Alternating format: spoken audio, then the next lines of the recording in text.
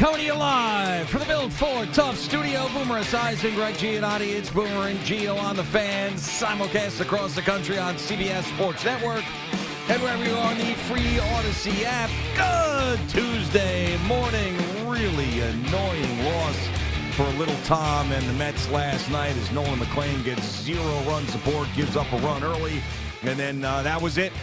You didn't see any more scoring, and this Mets offense right now is going into one of those valleys. A lot of peaks recently, now down in another valley, and it's just been inconsistency with the starting pitching and the bullpen and everything else. So we'll see. The Giants are now 3 games back, so there is some work to do from now until October. A really entertaining Monday night game that I didn't think was going to end up being a really entertaining Monday night game because you had one team that was playing football and another one that was trying to figure out how to play football, especially on the offensive side of the ball. And my guy, J.J. McCarthy, one of my favorite players to ever strap him on, he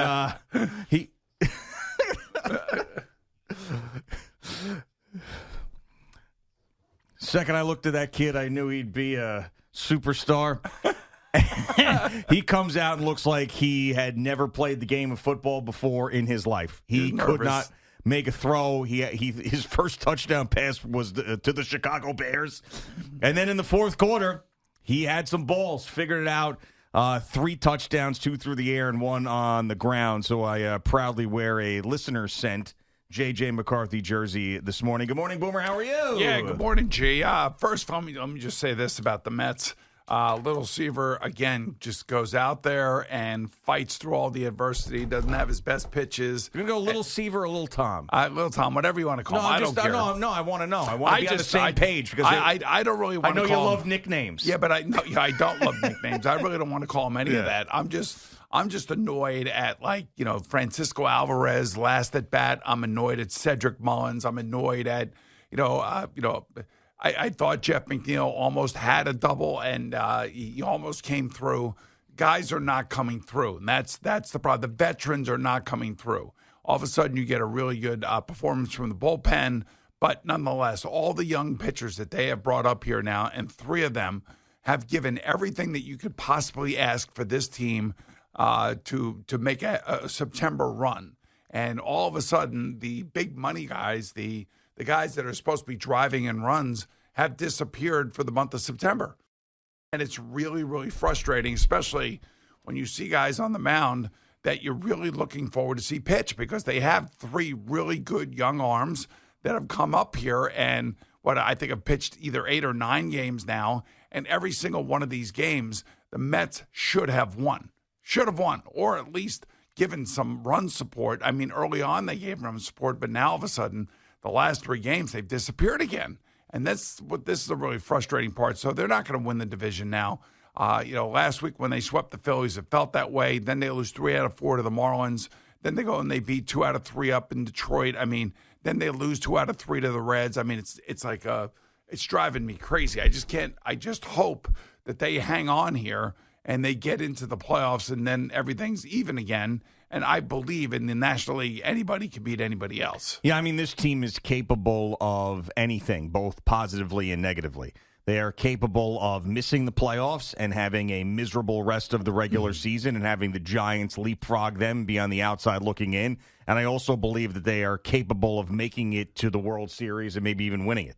That's really the way I feel. But you haven't had a stretch long enough with everything that is working. Now, I'm not just talking about everything being great, just everything just working at a decent level, because when one thing goes, it goes with this team, meaning that when the offense is bad, it's not like 3 or 4 runs a game. It's 0. When the starting pitching is bad, it's not like, a guy went, 5 innings and 4 runs. It's a guy goes 4 innings and 6 runs. So that is, if the bullpen's imploding, it's totally imploding. So, yeah, I mean, I really think that they're so confusing.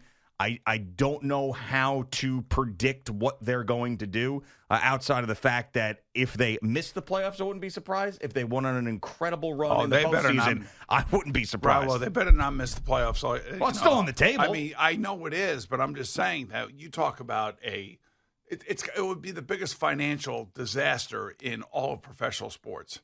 because the amount of money that they're spending and the fact that they have a $765 million player, who's done his part for the most part. But, I mean, like the Francisco Alvarez bat last night was so mind-numbing.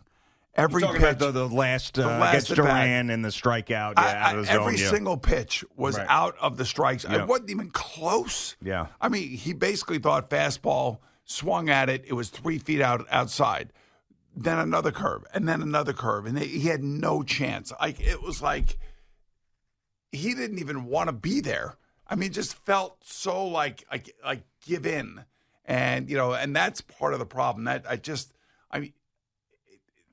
Jeff McNeil battled. I will say that when you strike out at 102 mile an hour fastball, I understand that the guy can be overwhelming. The pitcher can be overwhelming. But the way that they just basically threw 3 curveballs right out of the strike zone, and he swung at every single one and didn't have a chance. I mean, it was literally a foot away from the baseball. Yeah, I mean, he feels like in those situations that he wants it so bad, he tries so hard, and he just starts playing outside of himself and trying to swing at pitches you should never be swinging at. It also kind of reminded me, too, of the end of the Jets game in the sense of you had Alvarez and Sosa getting into it early in the game, with the whole tagging thing, and they're fighting with each other. And then when the game is on the line, here's Alvarez embarrassing himself like Garrett Wilson and Jalen Ramsey. In the last play of the game, when the game's on the line, here's Jalen Ramsey knocking a ball out of Garrett Wilson's hands. And it's like, okay, I talked all this talk early on, and I'm in somebody's face. And then when I have an opportunity to really do something in the biggest spot of the game, I can't come through. So last night I'm thinking, all right, it's the beginning of the fourth quarter. The Vikings really aren't doing much, and it looks like that J.J. McCarthy's a little bit overwhelmed, and he's seeing the Sam Darnold ghost of the Patriots of the past, and he's really struggling. I mean, really having a hard time. And Kevin O'Connell's trying to help him, but he's playing the game at such a fever pace. I said, let me see if the Chicago Bears can make this field goal. They don't make the field goal. Yeah, 50-yarder. Yeah. Right. So now you got really good field position, and the next thing you know, the Vikings are now in the end zone. Mm-hmm. And now this is where, when you're the home quarterback and it's the fourth quarter, there's no way you can replicate this momentum shift, this monumentous momentum shift that's going to take place right in the middle of the game. And here it is. This is the moment that the quarterback has got to get out there. He's got to make plays, and somebody's going to break down, fine, whatever. The first play, sack. Next play, a 1 yard or minus 1 yard run. Next play, incompletion. Next play, punt. Then a punt return, and then another touchdown. And all of a sudden, the Minnesota Vikings got the lead. Yeah. I mean, it happens that fast. And that's where the quarterback for the team that's trying to fight against that momentum shift has got to make plays, and somehow he's got to get his team at least a couple first downs and to settle the game down. And that's where all of a sudden Caleb Williams had a deer in the headlights look. Yeah, I mean, you can't tell me that momentum isn't a real thing in sports. I know some front office dweebs will tell you otherwise. I'm sorry, because the defense started feeding off of. Once the defense saw that the offense actually could score a touchdown, then all of a sudden they're overwhelming. The defensive line of the Vikings is overwhelming the offensive line of the Chicago Bears, and then Caleb Williams is just fell apart. I mean, it was crazy, and some of the throws he made, and I watched plenty of him last year, but some of the throws he made last night, you really saw the great prospect we had talked about. And I'm thinking, man, this is going to work out with him and Ben Johnson. He's just got to somehow, harness all of it. But, man, you want to talk about just completely inconsistent play.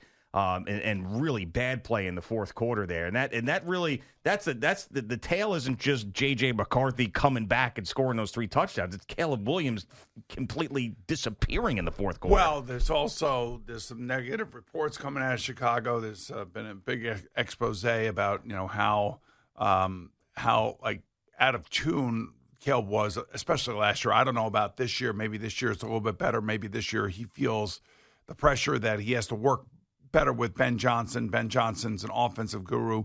Earlier in this game, he missed a couple wide open guys in the middle, like just completely launched the ball over their heads, or really did not. Like I can't explain it to you other than that he just let the ball go, thinking that maybe hopefully one of his either his wide receiver or Cole Kmet would catch the ball over the middle.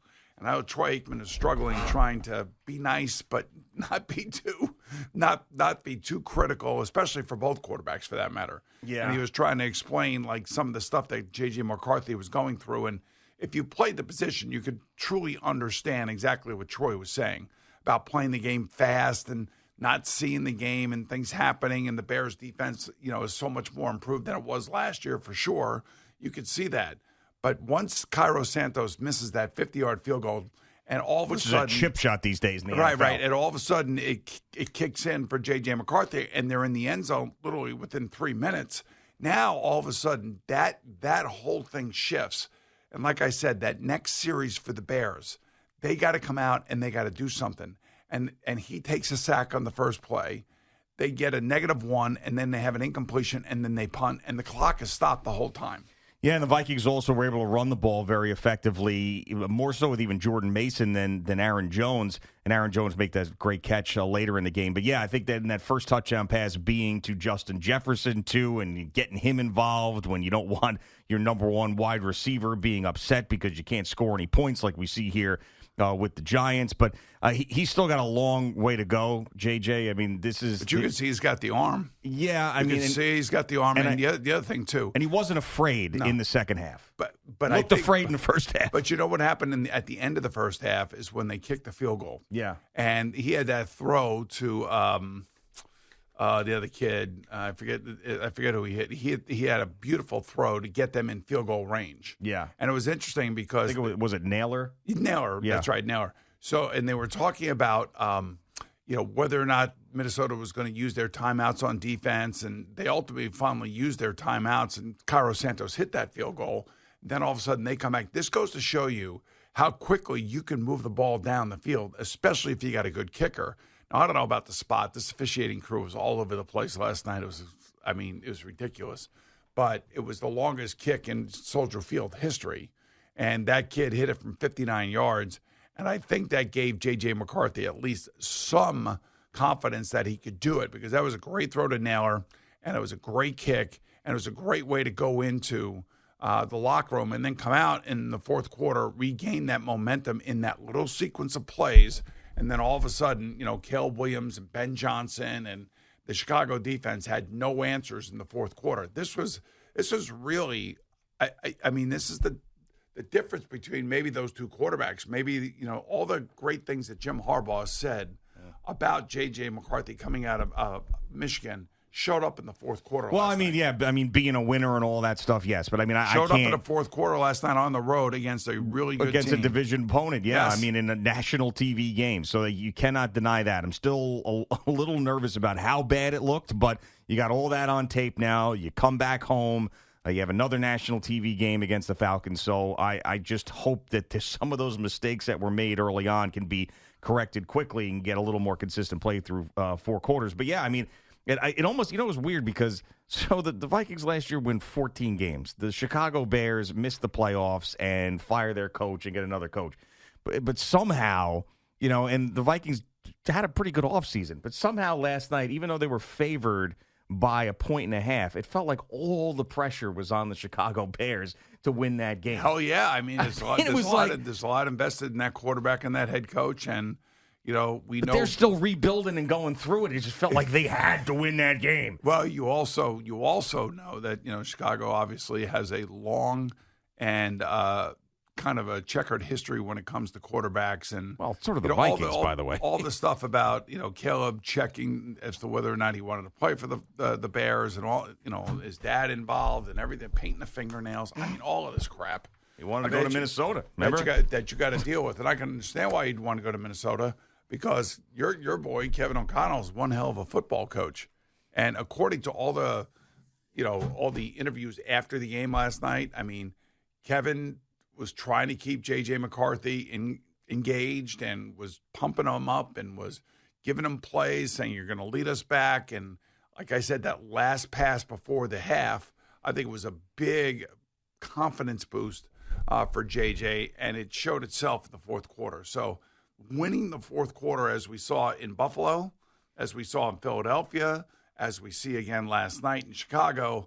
I mean, ultimately, that's what it comes down to, and whether or not your quarterback is going to be making those plays, when that momentum shift does happen in the game.